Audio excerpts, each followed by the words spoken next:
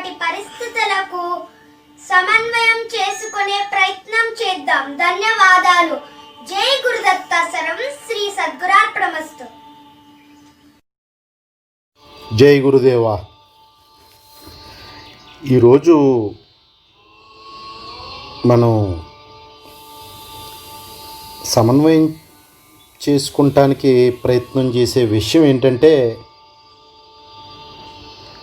సామాజిక పరమైన ఒక అంశం. ముందే మనం అనుకున్నట్టు ఆధ్యాత్మికత వేరు, భౌతికం వేరు కాదు. ఎప్పుడు ఆధ్యాత్మికతలో ఆత్మజ్ఞానం అనుభవమై భూమి మీద నడయాడే జీవన్ముక్తుల స్థితి ఆధ్యాత్మికతని వేరుగా, భౌతికతని వేరుగా చూసేలా ఉండదు. ఎందుకంటే ఏ ఉన్న మహా చైతన్యం ఏకాత్మ పరబ్రహ్మం నుంచి ఈ మహాప్రకృతి ఉద్భవించిందో ఈ ప్రకృతి ఆ చైతన్య స్వరూపమే. అందుకని ఈ ప్రకృతిలోన ఉన్న సమాజంలోని అంశాలను కూడా ఆధ్యాత్మిక పరంగానే ఆ ఏకాత్మ భావనతోనే చూస్తూ ఉంటారు మహాత్ములు. కాస్త ఇప్పటి దేశకాలమాన పరిస్థితుల్లో ఉన్న ఒక సామాజిక పరమైన కోణాన్ని ఈరోజు ఒక్కసారి సమన్వయం చేసుకునే ప్రయత్నం. ఆర్యులు వాక్ ఏంటంటే వైద్యో నారాయణ హరి అని. అంటే వైద్యుడు నారాయణుడితో సమానం అని. కాస్త ఇప్పుడు ఇంగ్లీష్లో అనుకుంటే డాక్టర్ అంటే విష్ణు స్వరూపం అని అంటున్నారన్నమాట. వైద్యో నారాయణ హరి అని ఆర్యుల వాక్ ఇది. అనాదిగా ఉన్న ఆర్యుల వాక్కును ఒక్కసారి అర్థం చేసుకునే ప్రయత్నం చేస్తే ఏమంటారంటే వైద్యుడు అంటే డాక్టర్ సాక్షాత్తు నారాయణ స్వరూపం, విష్ణు స్వరూపం, విష్ణువుతో సమానం అని అన్నారన్నమాట. మన పెద్దలు కానీ మహాత్ములు కానీ శాస్త్రం కానీ ఎప్పుడు అసంబద్ధమైన విషయం, తార్కికం కాని విషయం ఎప్పుడూ చెప్పరన్నమాట. ఎందుకంటే వారు పలికిన ప్రతి మాట కూడా అనుభవపూర్వకమైంది కాబట్టే అది ఆచరించదగ్గదే, ఒప్పుకోవలసిన విషయమే ఉంటుంది. దాంట్లో తర్కించడానికి ఏం ఉండదు. మరి ఈ విధంగా ఆర్యులు ఎందుకు చెప్పారని గమనించే ప్రయత్నం చేస్తే బ్రహ్మ విష్ణు మహేశ్వర విధులు ఒక్కసారి గమనించాలన్నమాట. మొదట తాను ఒకటిగా ఉన్న ఏకాత్మ చైతన్యం అనేకం అవ్వాలని సంకల్పించి జరిపిన సృష్టి యజ్ఞమే ఈ సమస్త చరాచర ప్రకృతి అని అనుకున్నాం మనం ముందు. అందులో ఈ సృష్టి రచన బ్రహ్మకార్యం అయితే, సృష్టి పాలన విష్ణు కార్యం అయితే, సృష్టి లయం ఈశ్వర కార్యం అని అంటారన్నమాట. సృష్టి చేసి గాలికి వదిలిపెట్టడం కాకుండా దానిని నియమబద్ధంగా కొనసాగించడానికి నారాయణ చైతన్యం అంటే విష్ణు చైతన్యం లక్ష్మీ శక్తితో కలిసి ఈ సృష్టి నిర్వహణ బాధ్యతను కొనసాగిస్తుందని శాస్త్రం మహాత్ములు చెప్పే మాట. అందుకే వైద్యుణ్ణి నారాయణుడని అంటారన్నమాట. ఎందుకంటే తరించటానికి జీవుడికి లభించిన అమూల్యమైన అవకాశం మానవ జన్మ. ఈ మానవ జన్మలో తరించడానికి కాను మన శాస్త్రం మార్గాన్ని కూడా సూచించింది. మన మహాత్ములు అడుగుజాడలు ఉన్నాయి తరించడానికి మానవ జన్మ ధరించి వచ్చిన జీవుడు. మనం ఇప్పుడు చెప్పుకుంటున్న విషయానికి అనుగుణంగా అవసరమైనంత మేరకే మనం ఆధ్యాత్మిక పరమైన జ్ఞాన సంబంధమైన తాత్విక సంబంధమైన విషయాలే మనం ఎప్పుడూ మాట్లాడుకుంటూ ఉంటాం. కానీ ఆధ్యాత్మికత వేరు, సామాజికత వేరు కాదు అనే దృష్టికోణంలో మనం ఒక విషయం ఈరోజు మాట్లాడుకుంటున్నాం. కాబట్టి మనం ఇప్పుడు చెప్పుకుంటున్న విషయానికి అనుగుణంగా అవసరమైనంత మేరకు వివరాల్లోకి వెళ్తున్నాం అన్నమాట. ఇప్పుడు మనం దేహ ఆరోగ్యానికి ఆయుర్వేదం, మానసిక ఆరోగ్యానికి పతంజలి అష్టాంగ యోగం వంటివి చెప్పబడ్డాయన్నమాట మన మహాత్ముల ద్వారా. ఎందుకంటే జీవుడు తరించాలంటే, భవసాగరం దాటాలంటే నావలాగా ఉపయోగపడే ఈ దేహాన్ని ఎంతో జాగ్రత్తగా చూసుకోవడం అవసరం. నావ సరిగ్గా లేకుంటే సాగరం దాటడం కష్టం, మునిగిపోతుంది అన్నమాట సాగరంలో.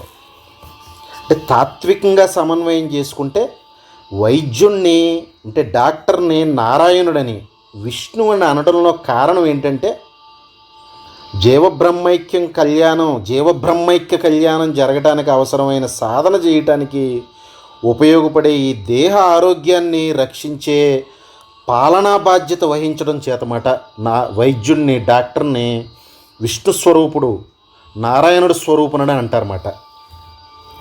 చరిత్రను ఒక్కసారి గమనిస్తే ఇప్పుడు వరకు మనం అనాదిగా ఆర్యులు మహాత్ములు మన శాస్త్రం వైద్యుడికి ఎంత గొప్ప ఉన్నతమైన కీర్తిని ఆపాదించిందో సాక్షాత్తు నారాయణుడు విష్ణువుడితో వైద్య వృత్తిని పోల్చి మనం వైద్యుడికి శిరస్సు ఉంచి నమస్కరించాలన్నమాట.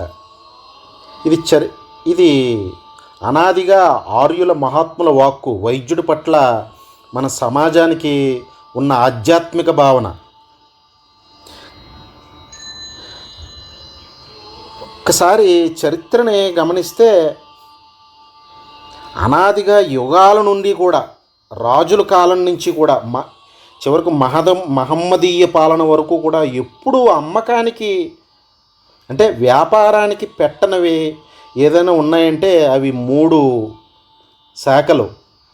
1 వైద్యం, 2 విద్య, 3 న్యాయం అన్నమాట. ఈ 3 వ్యవస్థలని, ఈ 3 శాఖలని అంటే విద్యాశాఖ, వైద్యశాఖ, న్యాయశాఖ, ఈ 3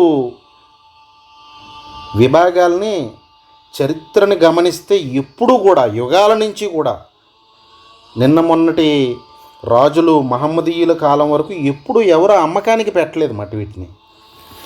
దురదృష్టవశాత్తు ఇప్పటి దేశకాలమాన పరిస్థితుల్లో అత్యంత ఉధృతంగా వ్యాపార కోణం ఉన్న శాఖలు ఏంటంటే ఈ 3: విద్య, వైద్యం, న్యాయం. ఒక్కసారి తాత్వికంగా గమనించుకుంటే ప్రతి గృహస్థుని,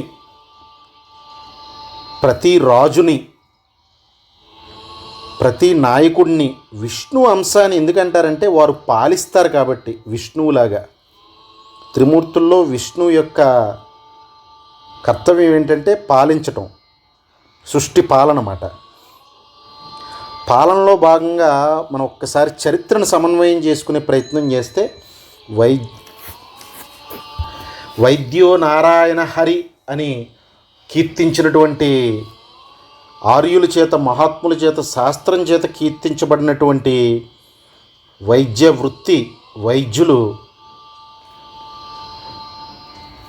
ఒక మహోన్నతమైన గౌరవభావం ఉన్నటువంటి ఈ వైద్య శాఖ, వైద్య వృత్తి గురించి మనం చరిత్రను సమన్వయం చేసుకునే ప్రయత్నం చేస్తున్నాం అన్నమాట. ఒకసారి ఇంకొంచెం ముందుకెళ్ళి ఆలోచిస్తే పాలనలో భాగంగా వస్తు మార్పిడి విధానం పోయిన తర్వాత సామాజిక పరిస్థితుల దృష్ట్యా ధనం అనే మాధ్యమం ఉత్ప్రేరకంగా సృష్టించుకున్న మనం అంటే ఇక్కడ పరిపాలకులు అని అనుకుంటే సమన్వయం చేసుకుంటే ఇప్పుడు మాట్లాడుకుంటున్న విషయం దృష్ట్యా ప్రజల భౌతిక అవసరాలను తీర్చడానికి ఉత్పత్తి వినియోగం అంటే ఇంగ్లీష్లో మాట్లాడుకుంటే demand supply theory, demand supply ఉత్పత్తి వినియోగ సిద్ధాంతం ప్రకారం వ్యాపారాన్ని కేవలం కొన్ని విభాగాలకే పరిమితం చేసేవారు అన్నమాట. అంటే వ్యాపారాన్ని కేవలం ఎందుకు వ్యాపార కోణం వస్తుందంటే ఎప్పుడైనా పరిమిత వస్తు సముదాయాన్ని అపరిమిత కోరికలతో ఉన్న జనాభాకి అందించడానికి అర్థశాస్త్రం ప్రకారం మితిమీరకుండా కొన్ని విభాగాలకే పరిమితం చేసేవారు అన్నమాట. చరిత్రను గమనిస్తే వ్యాపారాన్ని అన్ని విభాగాలకి, అన్ని శాఖలకి వ్యాపారాన్ని విస్తరించేవారు కాదన్నమాట అనాదిగా చరిత్రను గమనిస్తే. అంటే సామాజిక రక్షణ విషయ సంబంధమైన వైద్యం కానీ, న్యాయం కానీ, విద్య కానీ ఎప్పుడూ ప్రభుత్వాలే వాటి బాధ్యతను తీసుకునేమాట. ఏ విధమైన వ్యాపార కోణం లేకుండా. ఎందుకంటే ఇవి వ్యాపారానికి అనుకూల యోగ్యం కాదు. ఇవి వ్యాపారానికి అనుకూల యోగ్యమైనటువంటి పరిశ్రమలు, విభాగాలు కాదు ఇవి. ఎందుకంటే వ్యాపారం వస్తుపరమైన విషయాలకే, శారీరక మానసిక పరమైన విషయాలకి వ్యాపారం అనుగుణం కాదు. అందుకనే ఎప్పుడు కూడా అనాదిగా చరిత్రలో యుగాల నుంచి రాజుల పాలన వరకు కూడా విద్యని, వైద్యాన్ని, న్యాయాన్ని వ్యాపారానికి పెట్టనిచ్చేవారు కాదన్నమాట. ప్రభుత్వాలు నిర్వర్తించేవి, రాజులే నిర్వర్తించేవారు. ముఖ్యంగా ఇప్పుడు మనం మాట్లాడుకుంటున్న వైద్యం, వైద్య శాఖ, వైద్య వృత్తి, ఇవి శారీరక మానసిక పరమైన సామాజిక రక్షణ సంబంధమైన విషయాలు కాబట్టి ఇవి అసలు వ్యాపారానికి అనుకూల యోగ్యం కానీ, వ్యాపారానికి అర్హత కానీ వ్యవస్థ మాట ఇది, విభాగం. ఇక్కడ ఎందుకు మనం ఈ విషయాన్ని ఇక్కడ సమన్వయం చేసుకునే ప్రయత్నం ఇప్పుడంటే, మరి ప్రస్తుత భయానక ప్రపంచంలో కృషించి విసికి వేసారి మాయమైపోతున్నారన్నమాట జనానికం. మరి ఒకవైపు ప్రపంచం ఇలా ఉంటే, మరోవైపు ఇంతటి జనానీకానికి సరిపడా సిబ్బంది లేక వైద్య శాఖలు, తత్సంబంధ అన్ని విభాగాలకు సంబంధించి వైద్య సిబ్బంది కూడా విపరీతమైన ఒత్తిడిలో ఉన్నారన్నమాట. అంటే ఇప్పుడు మనం మాట్లాడుకుంటున్న ఇప్పటి ఒక మహమ్మారి, కరోనా అనే మహమ్మారి ప్రపంచాన్ని అతలాకుతలం చేస్తున్న భయానకమైన ఇప్పటి దేశకాలమైన పరిస్థితుల్లో సమాజం ఏ విధంగా ఉందో చూసుకుంటే ఈ విధంగా ఉందన్నమాట. ఒకసారి నిశ్చితంగా గమనిస్తే ఇప్పటి వ్యవస్థ సక్రమ పద్ధతిలో స్థాపించబడిందా, అసలు పురోగమించబడిందా, అసలు ఇప్పుడు వ్యవస్థ నిలదొక్కునేలాగా ఉందా అసలు అనే విషయాన్ని లోతుగా చూడవలసిన పరిస్థితి సమయం మాట ఇది. ముందుగా చెప్పుకున్నట్లు వైద్యుని పట్ల అనాదిగా సమాజానికి ఎంతో గౌరవప్రదమైన భావన ఉండేదన్నమాట. సాక్షాత్తు విష్ణు భావన ఉండేది వైద్యుడి పట్ల సమాజానికి. అందుకు భిన్నంగా ఇక్కడ ఏమీ మాట్లాడట్లేదు మనం. వైద్యులు, వైద్య వృత్తి, వైద్య వ్యవస్థ మీద అనాదిగా ఈ ఉన్న గౌరవాన్ని ఏ విధంగా మనం తగ్గించే ప్రయత్నం ఏమీ కాదు. వైద్యుల పాదాలకి నారాయణ స్వరూపం కింద శిరస్సు వంచి నమస్కారం చేసే బాధ్యత సమాజానికి. అందుకు భిన్నంగా ఇక్కడ ఏమీ మాట్లాడట్లేదు. దయచేసి ఇందులోని సమన్వయ కోణాన్నే చూడమని ప్రార్థన. ఇప్పుడు విషయానికి సూటిగా వెళ్ళే ప్రయత్నం చేస్తే, వైద్యుల పట్ల ఎంతో గౌరవప్రద భావంతో ఉండే జనం ఎందుకు ఇప్పుడు దానికి భిన్నంగా మారిపోయారు? వైద్యం అంటే భగవత్ సేవగా చేసే వైద్యులు నడయాడిన కాలం భూమిది. వైద్యం అంటే భగవత్ సేవగా చేసినటువంటి వైద్యులు నడయాడిన భూమి మాట. మరి ఇప్పుడు వైద్యం అంటే ఒక యాంత్రికపరమైన విషయంగా ఎందుకు మారిపోయింది? ప్రతి విషయాన్ని సమగ్రంగా విశ్లేషించి నిష్పక్షపాతంతో చూడకపోతే వాస్తవం యథాతథంగా అర్థం చేసుకోవడం కష్టం, ఒప్పుకోవడం కూడా కష్టమవుతుంది. అందుకని చాలా ఉన్నతమైన భావాలతో, బ్రాడ్ మైండ్తో చరిత్రని, ఇప్పటి పరిస్థితిని సమన్వయం చేసుకునే ప్రయత్నం మాట మనం. ఇప్పుడు ఈ పరిస్థితికి మూల కారణం చెప్పుకోవాల్సి వస్తే, వ్యాపారానికి అనుగుణంగాని వైద్య శాఖని వ్యాపార కోణానికి అనుమతించడం అని చెప్పుకోవచ్చు మాట ఒక్క మాటలో. అంటే ఏమంటున్నామంటే, వ్యాపారానికి అనుగుణంగాని అసలు అర్హతే లేని వైద్య శాఖని వ్యాపార కోణానికి అనుమతించడం ప్రమాదం తెచ్చిపెట్టిందన్నమాట. ఇప్పటి ప్రస్తుత పరిస్థితికి. ఉదాహరణకు గమనిస్తే ఒకప్పుడు వైద్యం ప్రభుత్వాల ఆధీనంలో ఉండేది. వైద్యం అంతా ప్రభుత్వ పాలనలో ఉండేది. వ్యాపార కోణం లేనే లేదు. అది గతం, స్వర్ణయుగం. మరి అప్పుడులో వ్యాపార కోణం లేని వైద్య వ్యవస్థ ఎలా ఉందో ఇప్పుడు కనుక మనం చూడాలంటే ఒక్కటే ఏకైక మార్గం. ఇప్పుడు మన డిఫెన్స్ డిపార్ట్మెంట్ నిర్వర్తించే మిలిటరీ హాస్పిటల్కి వెళ్తే మనం స్పష్టంగా చరిత్ర గతం ఎలా ఉండేదో, వ్యాపార కోణం లేని వైద్య వ్యవస్థ ఏ విధంగా ఉండేదో గతంలో అనాదిగా యుగ యుగాల నుంచి ఇప్పుడు చూడాలనుకుంటే ఒక్కటే మార్గం అన్నమాట. మిలిటరీ హాస్పిటల్లో, డిఫెన్స్ హాస్పిటల్లో అక్కడికి వెళ్తే చరిత్ర ఎలా ఉండేదో ఒక్కసారి చూసి పరవశించవచ్చు అన్నమాట. కేవలం వ్యాధి నిర్ధారణ, విశ్లేషణ, అవసరమైనన్ని మందులు, అవసరమైతే శస్త్రచికిత్స. ఒక్క రూపాయికి సంబంధించిన విషయం కూడా అక్కడ ప్రస్తావన ఉండదు.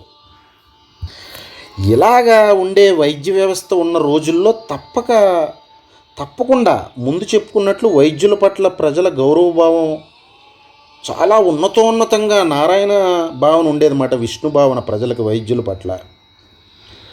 అలాగే ప్రజల పట్ల, వారి ఆరోగ్యం పట్ల వైద్యులకి ఎంతో అంకితభావం, సేవాభావం ఉండేదన్నమాట. ఆ అంకితభావం, సేవాభావం వల్ల వైద్యో నారాయణ హరి అని ఆర్యుల వాక్కు అక్షర సత్యంగా ఉండేదన్నమాట ఆ కాలంలో. మరి ఇప్పటి పరిస్థితికి ఎవరిని తప్పు పట్టాలి? ఎందుకంటే ఎవరిని తప్పు పట్టినా అది మనల్ని మనం తప్పు పట్టుకున్నట్లే కదా. ఆధ్యాత్మికతలో మనం తెలుసుకుంటున్న కేవలం ఆధ్యాత్మిక పరమైన జ్ఞాన సంబంధమైన, ఆత్మజ్ఞాన సంబంధమైన విషయాల్లో రెండు కానిది అద్వైతం. ప్రతి మానవుడు, దేహం ధరించొచ్చిన ప్రతి జీవుడు ఆత్మజ్ఞానాన్ని పొంది, అద్వైతానుభూతిని పొంది, అది అనుభవంలోకి తెచ్చుకుని జన్మ పరంపర నుంచి బయటపడాలనుకునే ఈ మహావిద్యని సాధన చేస్తూ వేరే మనిషిని తప్పు పట్టగలమా? తప్పు పడటానికి ఎవరున్నారు? ఉన్నది ఒకటే అయితే. ఎందుకంటే మనం నేర్చుకున్న ఆత్మవిద్యలో రెండుగానిదిగా ఉన్న ఏకాత్మ భావనే అంతా. అందులో ఎవరిని తప్పట్టగలం? మనం ఎవరిని తప్పట్టినా మనల్ని మనం తప్పట్టుకున్నట్టే. అందుకని ఇది ఎవరిని తప్పు పట్టలేని స్థితి మాట ఆధ్యాత్మికత. మరి ఎందుకు ఈ విషయ ప్రస్తావన అంటే, సాక్షాత్తు భగవానుడి ఉవాచ మాట. ఏమనంటే, యదా యదా హి ధర్మస్య గ్లానిర్భవతి భారత అభ్యుత్థానమధర్మస్య తదాత్మానం సృజామ్యహం అని. పరిత్రాణాయ సాధూనాం వినాశ దుష్కృతాం. అంటే గీతలో గీతాచార్యుడి వాగ్దానం అన్నమాట. ఎప్పుడెప్పుడు ధర్మానికి ఇబ్బంది కలుగుతుందో, ఎప్పుడెప్పుడు పవిత్ర స్వరూపులైన సాధకులకి ఇబ్బంది కలుగుతుందో అప్పుడప్పుడు ఈ భూమి మీద నన్ను నేను దేహంతో సృష్టించుకుంటాను, దేహం ధరించి వస్తానని చెప్పి విష్ణువు, గీతాచార్యుడు వాగ్దానం అన్నమాట. అంటే మరి సాక్షాత్తు గీతాచార్యుడు ఆ వాగ్దానం చేశారు. సాక్షాత్తు దత్తస్వామి భూమి మీద సాధకులను ఉద్ధరించడానికి చిరంజీవిగా నడయాడుతూ ఉంటారు. మహాత్ములు కేవల ఉద్దేశం సాధకులు తరించాలని, దేహంతో వాళ్ళు చేయవలసిన కర్తవ్య నిర్వహణ ఏమీ లేకపోయినప్పటికీ దేహంతో నడయాడుతూ సాధకులను ఉద్ధరించుకుంటానికి మహాత్ములు ఎలా దేహంతో భూమి మీద జీవన్ముక్తులుగా నడయాడుతారో, సమాజం పట్ల ఎప్పుడూ వారికి నిర్లక్ష్య భావన ఉండదు. మహాత్ములకు కానీ, సాక్షాత్తు భగవంతుడు భూమి మీద దేహం ధరించి వచ్చిన వీరందరికీ సమాజ క్షేమమే ఎప్పుడూ మాట. అందుకని ఈ ధర్మోద్ధరణకి పాటుపడటం మన అందరి కర్తవ్యం. కాబట్టి ఈ ధర్మ ప్రస్తావన మనం పరంగా ఈ విషయం మాట్లాడుకుంటున్నాం అన్నమాట. మరి ఇప్పటి పరిస్థితిని ఒక్కసారి సమన్వయం చేసుకుంటే పెరుగుతున్న జనాభాకి వైద్యం అందించడానికి ప్రైవేటీకరణే మార్గమని భావించటం జరిగిందన్నమాట. అంటే ఇది ఎక్కడ గాడి తప్పిందో ఈ వ్యవస్థ సమన్వయం చేసుకునే ప్రయత్నం. ఈ పెరుగుతున్న జనాభాకి వైద్యం అందించడానికి ప్రైవేటీకరణ ఒక్కటే మార్గం అని భావించి అడుగులేసారే తప్ప వ్యాపారానికి అనుగుణంగానే చరిత్రలో ఎక్కడా వ్యాపారం చెయ్యనివ్వని వైద్య శాఖని ప్రభుత్వ ఆధీనంలో ఉంచకుండా వైద్య, విద్య, న్యాయ శాఖల్ని ప్రైవేటీకరించడం వ్యవస్థ చెయ్యి దాటిపోవడానికి కారణమైందని భావించవచ్చు అన్నమాట. మరి చెయ్యి దాటిన ఈ వ్యవస్థ తారాస్థాయికి చేరిన ఈ విషయం మరి ఒక్క పెట్టిన ప్రక్షాళన చేయటం కుదిరే పనా?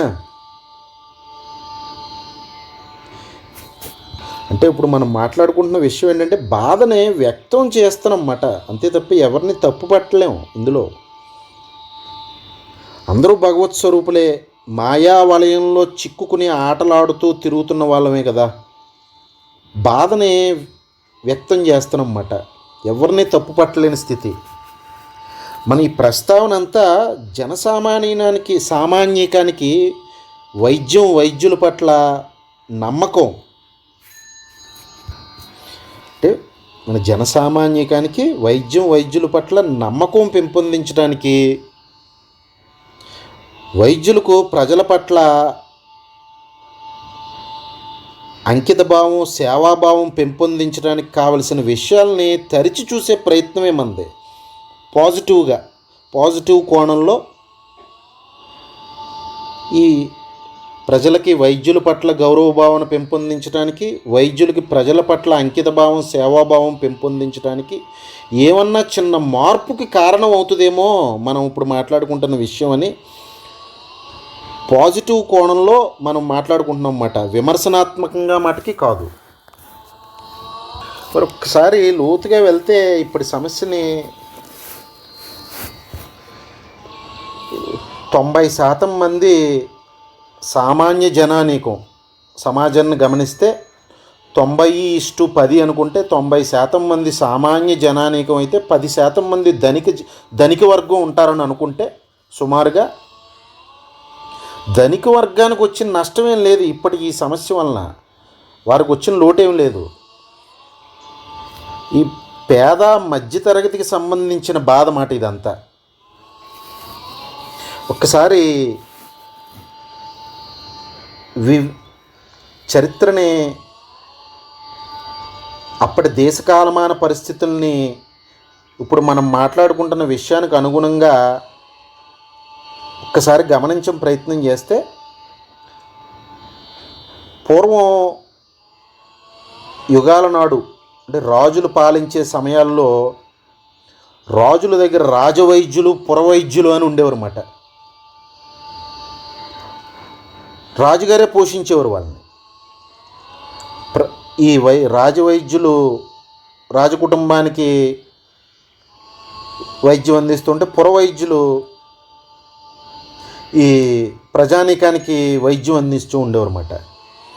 ఈ రాజవైద్యులకు కానీ, పురవైద్యులు కానీ, వైద్యులకు కానీ జీతభత్యాలు కానీ వారి పోషణ అంతా రాజులే చూసుకునేవారు అన్నమాట. ప్రజలకు ఏ విధమైన ఫలాపేక్ష లేకుండా ఈ వైద్యులు వైద్యం అందించేవారు అన్నమాట. ఈ విధమైన వ్యవస్థ మూలాన్ని ఒకరి పట్ల ఒకరికి ప్రేమాభిమానాలు, ఆదరాభిమానాలు వెల్లివిరిసే ఆనాటి కాలంలో. పురవైద్యుడికి అంటే జనాల్ని వైద్యం అందించే డాక్టర్కి రాజుగారు ఇచ్చే జీతభత్యాల కంటే ప్రజలు ఆదరాభిమానాలతో, ప్రేమతో ఇచ్చే కానుకలే ఎక్కువగా ఉండేమాట ఆనాటి కాలంలో. ఎందుకంటే అభిమానంతో, ప్రేమతో ఇచ్చేవి ఎప్పుడూ భారంగా ఉండవు. ప్రజలు ప్రేమతో, అభిమానంగా వైద్యం అందించిన ఆ పురవైద్యుడికి కానుకలు ఇచ్చేవారు అన్నమాట. ఏ విధమైన భారం ఉండేది కాదు వాళ్ళకి. ప్రేమతో బతిమాలు ఇచ్చేవారు మాట ఎదురు వైద్యులకి. వారి స్తోమతను బట్టి, ఎవరి స్తోమతను బట్టి వారు వారి ప్రేమను వ్యక్తం చేసేవారు. ఏ విధమైన భారమైన భావన ఉండేది కాదు. వైద్యులకి ప్రజలు ఇచ్చే కానుకలు రాజుగారు ఇచ్చే జీతభత్యాల కంటే ఎక్కువ ఉండేమాట. ఇలాగా ఎంతో అద్భుతంగా నడుస్తున్న ఆ వ్యవస్థలో ఆనాటి కాలంలో కూడా మనుషులు చాలా సహజం. ఈ మనుషుల్లో మంచి చెడు రెండు ఉంటాయి. ద్వంద్వ భావనే దేహభావన. ఈ దేహభావన దాటితే ఆత్మభావన, ఏకాత్మ భావన. అవి ద్వంద్వం ఎప్పుడైతే ఉందో స్వార్థం ఉంటుంది, మంచితనం ఉంటుంది. ఇంత సక్రమంగా నడుస్తున్న వ్యవస్థలో కూడా అప్పుడప్పుడు పురవైద్యులు ఎప్పుడన్నా స్వార్థపూరితంగా కనుక వ్యవహరించి జనాల దగ్గర డబ్బులు గుంజే ప్రయత్నం చేస్తున్నారని కనుక రాజుగారికి తెలిస్తే రాజుగారు చాలా విపరీతమైన దండనలు విధించేవారన్నమాట వారికి. వ్యవస్థ అంత కట్టుదిట్టంగా ఉండేది, సమతుల్యత ఉండేదన్నమాట ఆనాటి కాలంలో.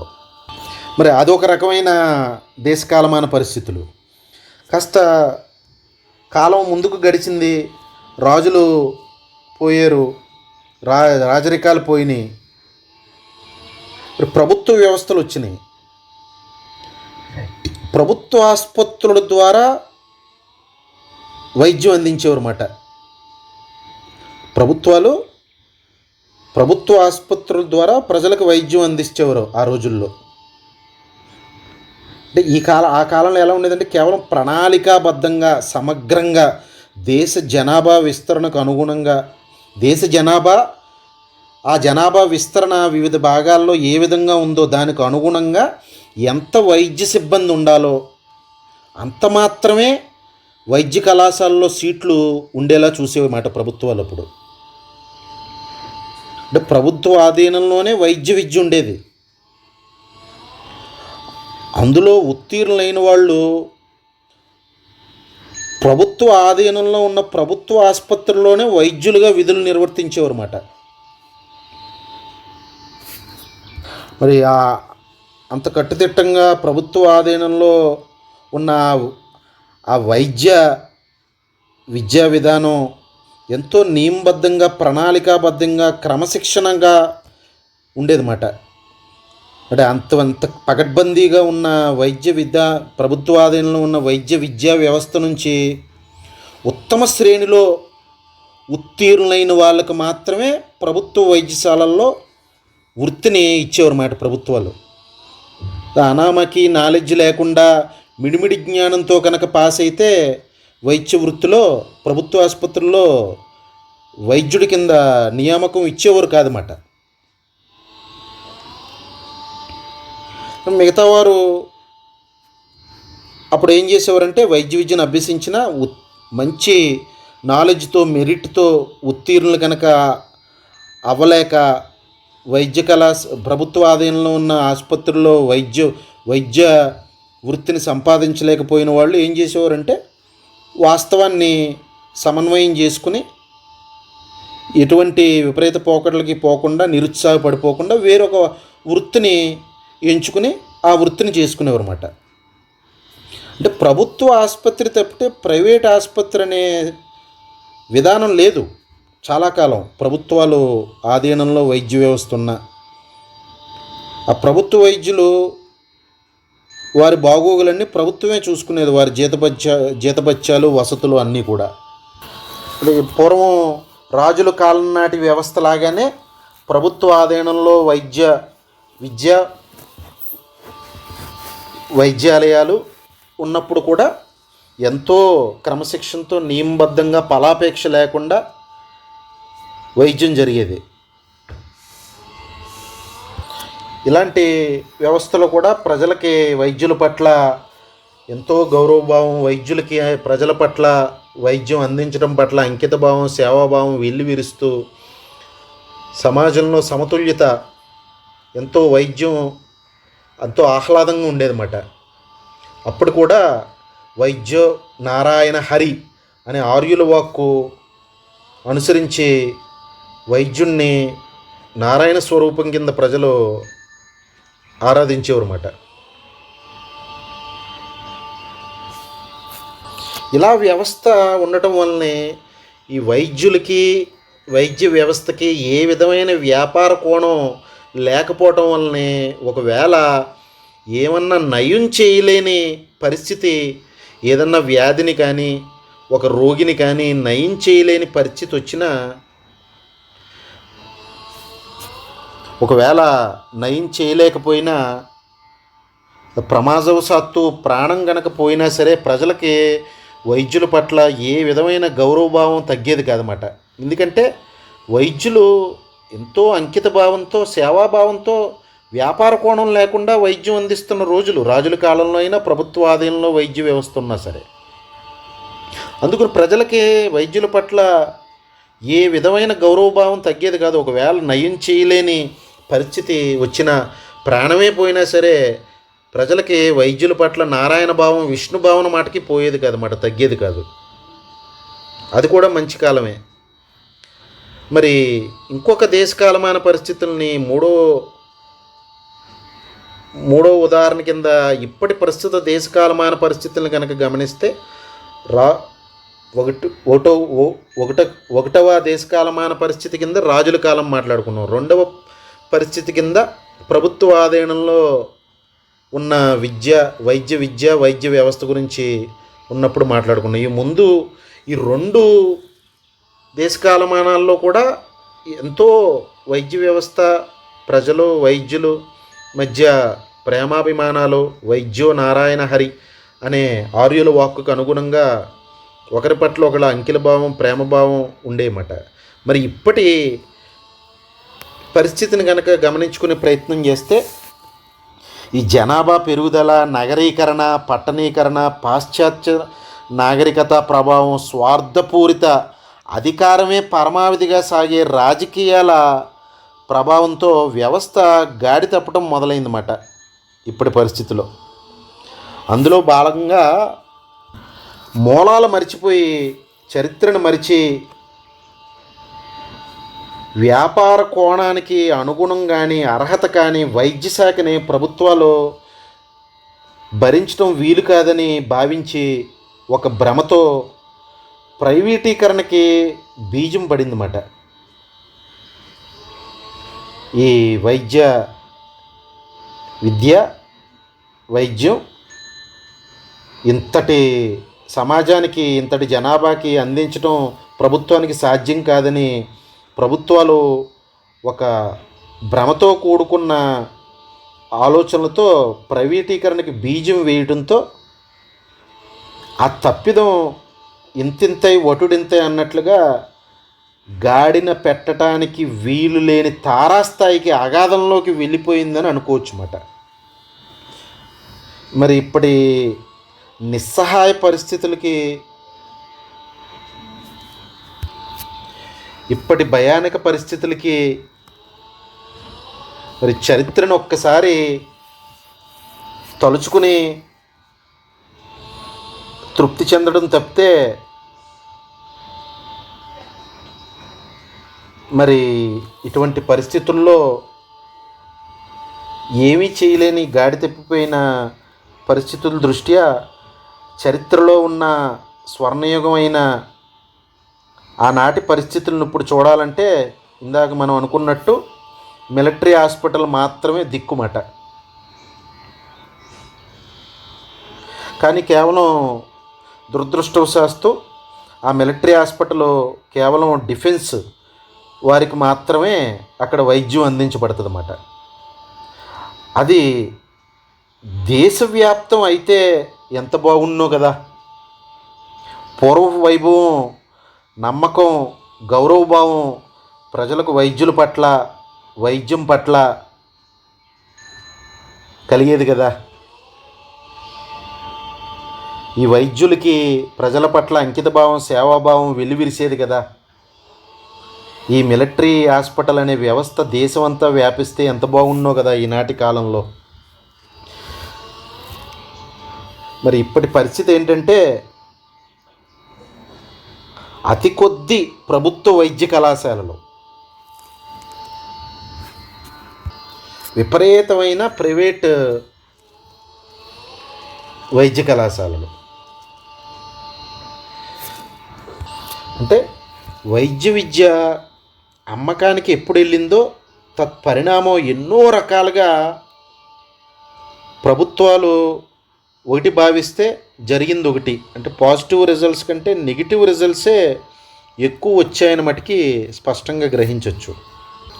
అంటే ఏమనుకుంటున్నామంటే వ్యాపారం అనేది ఎక్కడ జరుగుతుందంటే డిమాండ్ సప్లై థియరీ ఉన్న చోటే వ్యాపార కోణం ఉంటుందన్నమాట. సోషల్ సెక్యూరిటీ ఇండస్ట్రీలో ఈ వ్యాపార కోణం ప్రమాదానికి దారితీస్తుంది అన్నమాట. ఎప్పుడైతే ఈ వైద్య వ్యవస్థ వ్యాపారానికి అర్హత లేని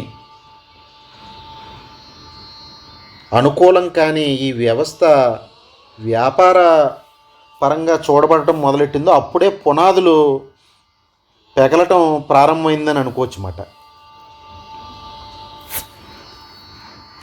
కొనుగోలు సామర్థ్యం ఉన్నవారికి వైద్య కళాశాలలో సీట్లు లభిస్తే వ్యాపార కోణం ఉన్నటువంటి రూపాయి పెట్టి రూపాయి సంపాదించే ధోరణి చాలా సహజంగా వస్తుంది. మరి నాణ్యత గల వైద్యులు బయటికి రావడానికి అవకాశం ఎక్కడుంటుంది? ఈ విధంగా ఇబ్బడి ముబ్బడిగా విపరీతంగా బయటకు వస్తున్న వైద్యులకి వృత్తి లభించడం కూడా కష్టసాధ్యం అయిపోయిన పరిస్థితి మాట ఇప్పుడు.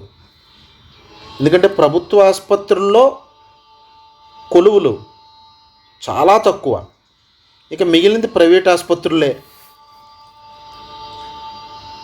కోట్లు సంపాదించి వైద్య విద్యని అభ్యసించడానికి ధనికులు సిద్ధమవుతుంటే,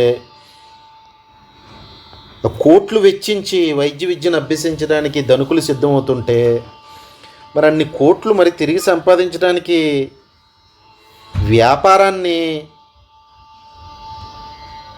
నిర్వర్తించే కోణంలో ఆసుపత్రులు నడుస్తుంటే, పదులు వందల కోట్లు వెచ్చించి ఆసుపత్రులు పెట్టి ఆ ఆపరేషనల్ ఎక్స్పెన్సెస్సే కోట్లు దాటిపోతుంటే, 5 స్టార్ హోటళ్ళను తలపిస్తున్న ఆసుపత్రులు అందుకు వెచ్చించే డబ్బులు, ఆ రిటర్న్ ఆన్ ఇన్వెస్ట్మెంట్ ఎప్పుడుకి అవుతుంది?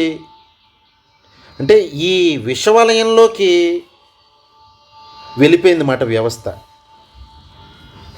ఎప్పటికీ బయటపడలేని వెచ్చించిన క్యాపిటల్ని తిరిగి రాబట్టుకుంటానికి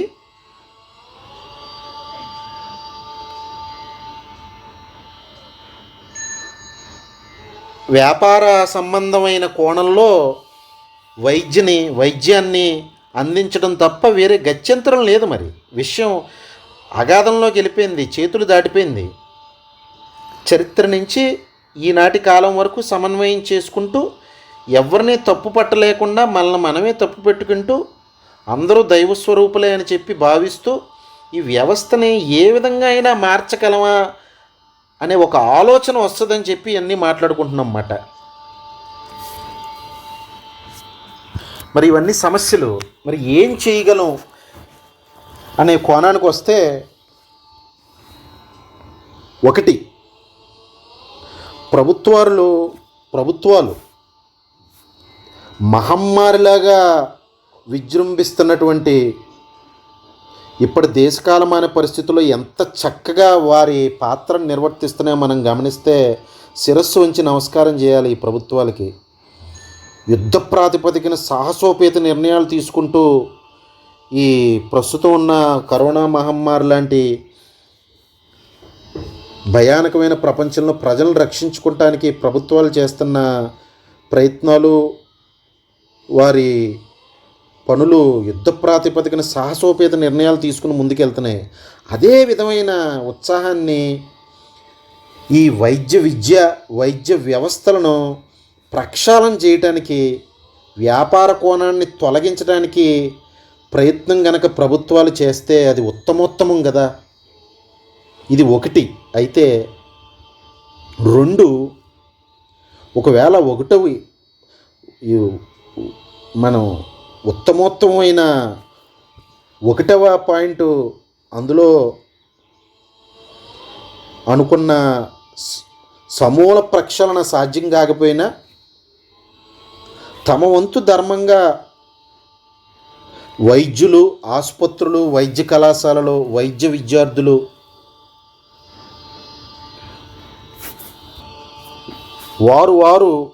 వారి పరిధిలో ఏమి చేయగలరో ఆలోచిస్తే అది ఉత్తమం కదా.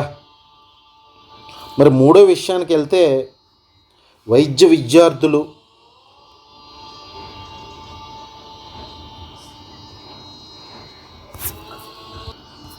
వారు చేయగలిగేది ఏంటంటే మెలకువ. అసలు వారికి ఈ వైద్య విద్యని దానికి సంబంధించి ఉండవలసిన సహనం, ఓర్పు ఉన్నాయా అని వారికి వారు ఒక్కసారి తరిచి చూసుకుని ఆ మెలకువ, అనుకూలం వారికి ఉందో లేదో ఒక్కసారి తరిచి చూసుకుని వ్యాపార కోణం లేకుండా ఉన్నవారు మాత్రమే ఈ విద్యను ఎంచుకుంటే అది కూడా సమాజానికి మనం చేసే మేలే అవుతుంది కదా. 4, వైద్య కళాశాలలు వారి పరిధిలో వారు చేయగలిగేది కేవలం మెరిట్ ప్రాతిపదికన సీట్లు ఇవ్వటం కనుక మొదలు పెడితే కాస్త వ్యాపార కోణం తగ్గించి ఈ విధమైన సహాయం చేసే ప్రయత్నం చేస్తే ఈ నాన్ మెరిట్ ఏ విధమైన నాణ్యత లేని వైద్యులు బయటికి రాకుండా ఉంటారు కదా. నాణ్యత లేకుండా కేవలం వ్యాపార కోణంతో బయటకు వస్తున్న వైద్యుల మూలానే వారు సమాజానికి కంటకప్రాయమై మరొక వైరస్గా తయారవడానికి అవకాశం ఉంది కదా. వైద్య కళాశాలలు వారి పరిధిలో వారు ఇది చేయగలిగితే ఎంతో బాగుంటుందో కదా. మరి 5, డాక్టర్లు వ్యాపార కోణం మాని పూర్తి సేవా దృక్పథం కాకపోయినా వారి పరిధిలో చేయగలిగినంత కాస్త ధర్మబద్ధంగా మాట్లాడుకుంటే ధర్మవడ్డీ ప్రాతిపదికని ఆసుపత్రులను నిర్వర్తిస్తే, అంటే ధర్మవడ్డీ అంటే 100కి 1 రూపాయి. పోనీ మనం ఫినాన్షియల్ ఎకనామికల్ లాంగ్వేజ్లో మాట్లాడుకున్న 100కి 1 రూపాయి ప్రాఫిట్ ప్రాతిపదికన ఆసుపత్రులను నిర్వర్తించి వీలైతే పేదలకు ఉచితం కాకపోయినా, పూర్తి ఉచితం కాకపోయినా ఆసుపత్రి ఖర్చులకు మాత్రం వారి దగ్గర తీసుకుని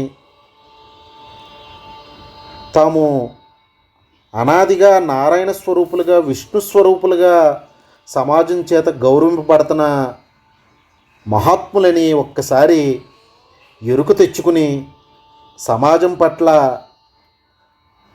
వారికి ఉన్న అంకితభావం, అనాదిగా మహాత్ములు ఎందరో శిరస్సు వంచి నమస్కారం చేయగల నారాయణ స్వరూపులైన వైద్యులు నడయాడిన ఈ భరత భూమిలో మళ్ళీ ఈ వైద్య వృత్తి వైద్యులకి వైద్యో నారాయణ హరి అని సమాజం అంతా తల వంచి దైవభావన కింద గౌరవాన్ని పెంపొందించేలాగా వైద్యులందరూ ఒక్కసారి ఎరుకుతో సమాజం పట్ల చిన్న సామాజిక కోణం వారి పరిధిలో చేయటానికి ఆలోచిస్తారని భావిస్తూ ఇందులో మరొక్కసారి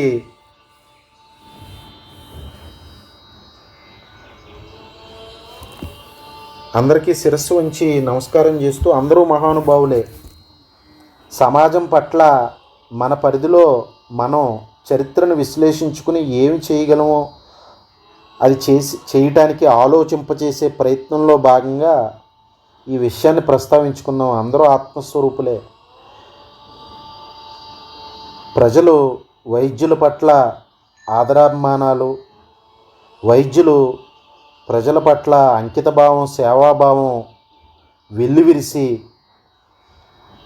యుగాల నాటి ఈ బంధం నారాయణుడు అంటే విష్ణువు భక్తుడు బంధంగా, వైద్యుడు సమాజం బంధం వెల్లివిరియాలని ఆ రోజులు వచ్చేలాగా అందరూ ఆలోచిస్తారని, ముఖ్యంగా వైద్యులు వారి పాదాలకి శిరస్సు వంచి నమస్కరిస్తూ సర్వం శ్రీ సద్గురార్పణమస్తు. జై గురుదత్త.